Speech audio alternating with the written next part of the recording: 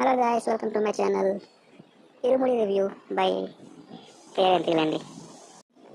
Okay, first movie start అవగానే school బ్యాక్డ్రాప్లో first scene start అవుతుంది. టీచర్ స్టూడెంట్స్ మధ్య సంథింగ్ ఏదో జరుగుతూ ఉంటుంది. ఓకే, సంథింగ్ ఏదో స్టోరీ బిల్డప్ కోసం స్టార్ట్ చేశారు. అంత కన్విన్సింగ్గా ఉండదు, బట్ ఓకే. తర్వాత రవితేజ ఎంట్రీ సీన్ ఉంటుంది. ఎంట్రీ సీన్ కూడా కొంచెం ఓవర్గా అనిపిస్తుంది, కానీ ఎందుకు ఈ సీన్ అన్న ఫీల్ కూడా కలవచ్చు. బట్ సెకండ్ హాఫ్లో దాన్ని జస్టిఫై అవుతుంది. బట్ అది చూసాక ఈ సీన్కి ఇంత అవసరం, ఇంత అవసరమని కాదు, అది చూసాక కూడా అది ఓవర్గా ఉంది కదా అన్న ఫీల్ అయితే మనకు కలుగుతుంది. తర్వాత వరుసగా రవితేజ హీరోయిన్, మన పాప క్యారెక్టర్ మొత్తం ఎంటర్ అవుతే సాయి కుమార్, అలా నార్మల్ వేరే క్యారెక్టర్స్ అందరూ విలన్స్ అవి ఎంటర్ అవుతారు. సంథింగ్ స్టోరీ జరుగుతుంటుంది. ఫస్ట్ హాఫ్ అంతా మొత్తం స్టోరీ బిల్డప్తో వెళ్తుంది. ఎక్కడ కూడా హై మూమెంట్స్ ఉండవు. అలాగని ఏదో ఓవర్గా సీన్లు పెట్టేసాము, అవసరం లేకపోయినా ఏదో చూపించేయడాలు, ఏదో డైలాగ్స్ కొట్టేయడాలు ఇవేమైతే ఉండవు. బట్ చాలా ల్యాగ్ అనిపిస్తుంది. ఇంకా అవుతలేదా అన్న ఫీల్ కొంచెం ఉండొచ్చు. బట్ ఎక్కడ ఓవర్ ద టాప్ ఎక్కడ వెళ్ళిపోలేదు. ఓకే, చూసేయచ్చు, పర్లేదు. అండ్ ఫాదర్ అండ్ డాటర్ మధ్య జరిగే కొన్ని సీక్వెన్స్ క్యూట్గా అనిపిస్తాయి. కొన్ని ఎప్పట్లాగా అంటే మనం హెవీ ఎమోషన్స్ అంటాం కదా, అలా కొంచెం అరే ఎంత అవసరమా, ఎంత ఓవర్ చేయడం అవసరం అన్న సీన్ కూడా రేర్గా ఉంటాయి అక్కడక్కడ ఒకటి. బట్ ఓకే, మూవీ కాబట్టి యాక్సెప్ట్ చేయాలి. అండ్ హీరో స్వామి మాల వేసుకునేది కూడా వాళ్ళ పాప కోసమే అని చెప్పి మూవీలోకి ఎస్టాబ్లిష్ చేస్తారు. బట్ ఓకే, అంటే వాళ్ళు క్లియర్గానే చెప్పారు. బట్ కూతురు కోసం చేస్తున్నాం కాబట్టి, అంటే స్వామి మాల అంటే అంత ఈజీ కాదు కదా. పొద్దున్నే లేవాలి, స్నానం చేయడం, early morning 3 o'clock 4 o'clock daily పూజ చేయాలి, చాలా నిష్టగా ఉండాలి. ప్లస్ హీరో ఫుల్ డ్రింకర్ కాబట్టి చాలా కష్టం. మరి 41 days ఉండడం, ఆ కష్టాన్ని ఇంకా కొంచెం ఏదైనా ఒక సాంగ్ లాగా కానీ బ్యాక్గ్రౌండ్ లాగా అక్కడక్కడ కొన్ని సీన్లు కానీ జస్ట్ 5-6 minutes 10 minutes అయినా పెట్టుంటే బాగుండేమో అని నా ఫీల్. వాళ్ళు ఏం చూపించారు, ఒకవేళ ల్యాగ్ అవుతుందని కూడా అయ్యి ఉండొచ్చు, ఎందుకంటే ఫస్ట్ చాలా లాగ్ ఎక్కువ ఉంటుంది కాబట్టి. ఓకే, ఒకవేళ ల్యాగ్ ఉండకూడదని అందరూ 2-3 సీన్లు తీసి యాడ్ చేస్తుంటే బాగుండేమో అని నా ఫీల్ అంతే. మూవీలో హీరోయిన్కి అంత ఎక్కువ స్కోప్ ఏమి ఎక్కువ డైరెక్టర్ క్రియేట్ చేయలేదు. ఏదో లైట్ అక్కడ కొన్ని సీన్లు రాశారు. ఉన్నంత వరకు ఓకే, బాగానే చేశారు. అండ్ చెప్పారు కదా, ఫాదర్ అండ్ డాటర్ మధ్య అంటే పాప చాలా బాగా చేసింది. రవితేజ కూడా చాలా రోజుల తర్వాత ఒక కొత్తగా నేను రాదు, ఒక అప్పటి రవితేజలా ఓకే కంబ్యాక్ అయితే ఇచ్చాడు. ఓకే, ఫస్ట్ హాఫ్ అయితే ఎమోషన్స్ ఓకే, ఫాదర్కి డాటర్కి మధ్యలో ఎమోషన్స్ కొంచెం బాగానే పండాయి, అంటే కొంచెం ఫీల్ అయితే వచ్చింది. సెకండ్ హాఫ్లో కొంచెం దొబ్బింది అనుకోండి, తర్వాత మాట్లాడదాం మనం.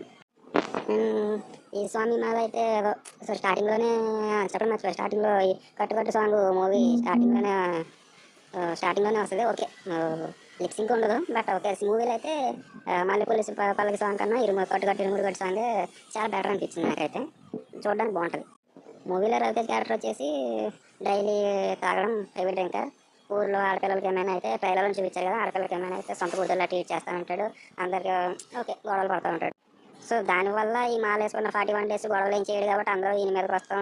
అది ఎప్పుడు ప్రతి ఇయర్ జరిగేది అని చెప్పి డైరెక్టర్ అంటే ఎవ్రీ ఇయర్ జరుగుతుంది అని చెప్పడం, కానీ ఓకే మనం అర్థం చేసుకోవాలి. ఈ మధ్యలో గొడవలు పడ్డ బ్యాచ్స్ ఉంటాయి కదా, వాళ్ళతో ఒక బ్యాచ్తో గొడవ అలాగా ఒక 2-3 విలన్స్ అయితే చిన్న స్టోరీ లాగా స్పీడ్గానే చూపించేస్తాడు. పెద్ద ఎక్కువ లాగే ఉండదు వాటి కోసం. వాళ్ళందరూ మాలేసాక వస్తే ఏంటి పరిస్థితి, ఊరి మీదకి వస్తారు, మా ఊరి మీదకి వస్తారు, మా ఇంటి మీదకి వస్తారన్న ఒక ప్రాబ్లం వల్ల ఏదో చిన్న సీక్వెన్స్ పెడతారు ఇంటర్వెల్ ముందు. ఏదో అందరూ వస్తారు, 10 బ్యాచ్ వచ్చి సెలమని చెప్పాలి అని చెప్తే అది ఏదో డైరెక్ట్ కన్వీనియన్స్గా తీసుకొని రాసేసాడు తప్ప ఏదో శరణం చెప్పడం, గొడవ రానడం అది కొంచెం కామెడీగా అనిపించింది నాకైతే. బట్ ఓకే, ఒకవేళ శరణం అంటే దేవుడు కాబట్టి దేవుడి మీద ఒట్టేసినట్టు అది. సో ఈ 40 రోజులు మేము గొడవ రామని చెప్పి ఏదో చెప్తారంటే ఓకే యాక్సెప్ట్ చేద్దాం. అండ్ మూవీ అంతా actually thriller suspense movie, but అంత సస్పెన్స్ అని ఏమి ఉండదు. మనం మ్యాక్సిమం గెస్ట్ చేస్తుంటే ఏం జరిగింది ఏంటన్నది. బట్ అదే ఆ థ్రిల్ మూమెంట్స్ అనేవి మిస్ అయ్యాయి. అంటే ఏదో స్టోరీలో ఏదో అందరూ సస్పెన్స్గా ఫీల్ అవుతారని పెట్టారు, బట్ వాళ్ళందరికీ తెలిసిపోతుంటాయి. ఇంటర్వెల్లో కూడా సంథింగ్ ఒక సీనరీ జరుగుతుంది. ఓకే పర్వాలేదు, మరీ వరస్ట్గా అయితే ఉండదు, కానీ ఓకే మంచి ఇంటర్వెల్ వ్యంగ్యం. అది ఫస్ట్ హాఫ్ అయితే నాకైతే అంతా ఓకే బ్యాడ్ ఏం లేదు, అలాగని గుడ్ కూడా ఏం లేదు. కొంచెం లాగ్ అనిపిస్తుంది. ఓకే స్టోరీ బిల్డప్ కాబట్టి అలా వెళ్ళిపోయింది, అక్కడ ఏమీ లేకుండా.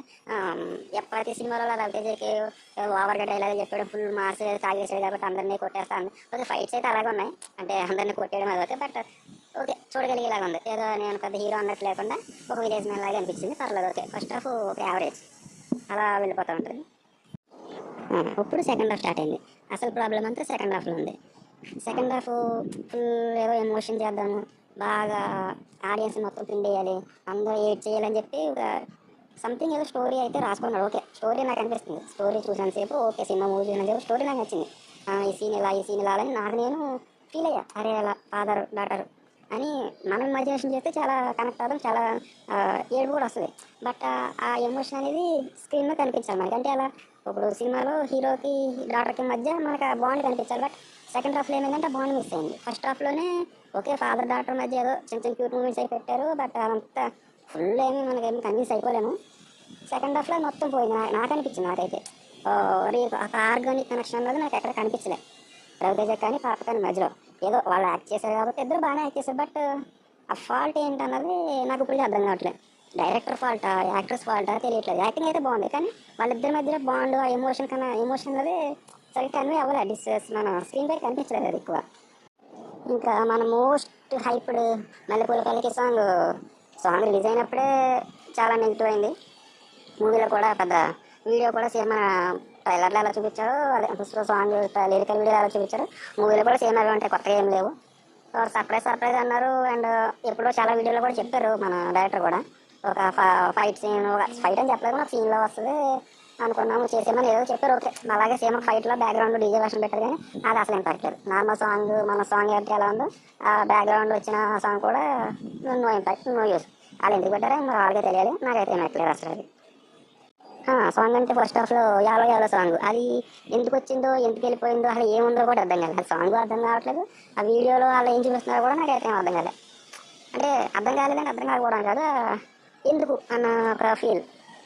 అదైతే వేస్ట్, ఏదో ఎమోషన్ ఏదో పెడదాం ఉంటారు, కానీ అది అసలు కనెక్ట్ అవ్వలేదు కదా. అలా పాసింగ్లో వెళ్ళిపోయింది ఆ సాంగ్. సేమ్ మల్లెపూల పల్లకి కూడా ఓకే, చాలామంది నచ్చొచ్చు, కానీ నా ఒపీనియన్ అయితే వేస్టెడ్. అనవసరంగా ఒక మంచి సాంగ్ని అవసరం లేని చోట, అవసరం లేని టైంలో అండ్ అంత ఇంపాక్ట్ లేకుండా వేస్ట్ చేస్తారని నా ఒపీనియన్ అయితే. యాక్చువల్లీ సెకండ్ హాఫ్ ఇంకా చాలా బాగా తీయచ్చు. ఒక మెయిన్ వేలను ఏమన్నా చెప్దామంటే మొత్తం స్పాయిలర్ అయిపోయింది. అంటే సెకండ్ హాఫ్ అంతా మొత్తం స్పాయిలర్, ఒక స్టోరీ అంతా ఏది చెప్పినా స్టోరీ తెలిసిపోద్ది, చూసేవాళ్ళు మళ్ళీ నన్ను తిట్టుకుంటారు కదా, అందుకే ఎక్కువ చెప్పలేకపోతున్నా. బట్ మెయిన్ థింగ్ ఏంటంటే ఎమోషన్ అనేది ఓన్లీ హీరోకి కాకనే కాదు, హీరోకి హీరోయిన్ మధ్యలో కానీ ఆ సైడ్ యాక్టర్ సాయి కుమార్ వాళ్ళ డాక్టర్ వీళ్ళందరూ సంథింగ్ ఏదో ఒక ఫ్యామిలీ అన్నట్టు చూపించవచ్చు. బట్ అది వాళ్ళ నోటితో మాటల్లో డైలాగులు అనడం తప్ప మనకు కంటికి అయితే కనిపించదు. ఫర్ ఎగ్జాంపుల్ రంగస్థలం తీసుకుంటే, రంగస్థలంలో ఒక బ్రదర్ సెంటిమెంట్ ఒక సాంగ్ వస్తుంది. ఆ సాంగ్లోను ఓకే, మళ్ళీ స్పాయిలర్ వద్దు కానీ బట్ ఓకే చెప్పాలి తప్పదు. ఆ సెంటిమెంట్ అందరూ కనెక్ట్ అయ్యారు, చాలామంది ఏడ్చారు, నేను కూడా ఏడ్చాను. ఓకే, ఆ ఫీల్ అలా ఉంటుంది అక్కడ ఆ సీన్లో కానీ అది కానీ. అలా నాకు ఈ మూవీలో ఎవరి మధ్య ఆర్గానిక్ అంటే అరే ఇలా అయిపోతుందన్న ఫీల్ అయితే నాకైతే అనిపించలేదు. అదే చాలా మిస్ అయింది. సెకండ్ హాఫ్ యాక్చువల్ అలా చూపించాల్సిన ఎమోషనే అది. ఎందుకంటే మూవీలో గ్రిప్పింగ్, సస్పెన్స్, థ్రిల్లింగ్ మూమెంట్స్ అనేది వాళ్ళు ఏదో అనుకుని స్టార్ట్ చేశారు, కానీ అదైతే అవుట్కమ్ అయితే రాలేదు. థ్రిల్లర్ ఏం లేదు, సస్పెన్స్ ఏం లేదు, అంతా తెలిసిపోతుంది స్టోరీ అంతా. వీళ్ళని ఎవరో ఏం జరుగుండొచ్చు అని చెప్పి రేర్గా సినిమాలు చూసి వాళ్ళు కూడా మ్యాక్సిమం కనిపెట్టేస్తారు.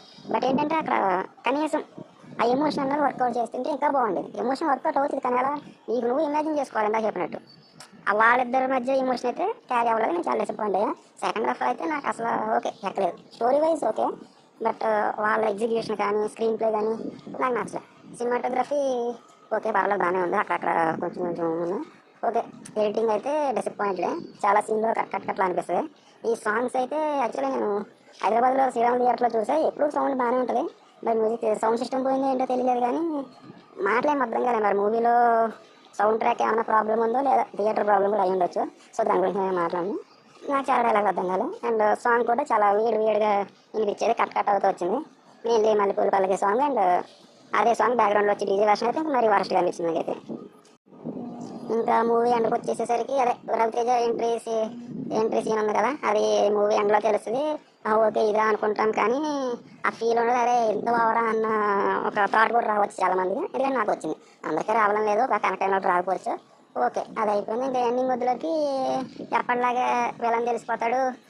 ఒక ఐ మీన్ గాయపడ్డ వాళ్ళు అనొచ్చు, లేదా నష్టపోయిన వాళ్ళు అందరూ గ్రూప్గా వెళ్ళిపోవడం, కొట్టడం, చంపడం, ఇంకా నార్మల్ టెంప్లెట్ అన్ని సినిమాలో మనం చూస్తున్నాం. అదే టెంప్లెట్ వీళ్ళకి తెలిసిపోతే వీళ్ళని చీరలు కొడతారు, హీరో గారిని కొడతాడు.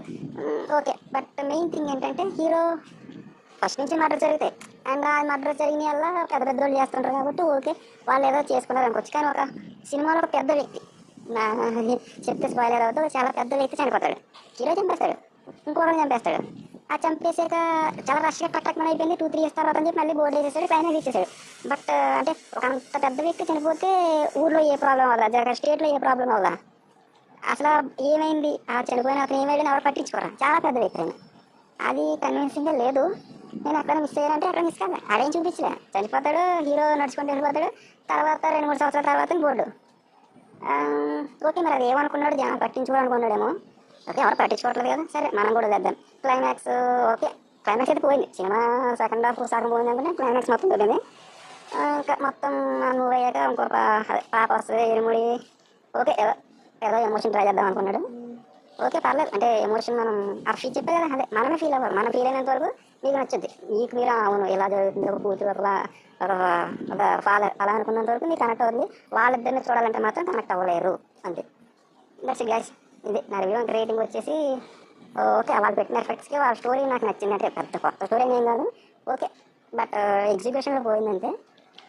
సో రేటింగ్ వచ్చేసి తక్కువ ఇవ్వలేక 2.25. అంతకుమించి ఎక్కువ ఇవ్వలేను.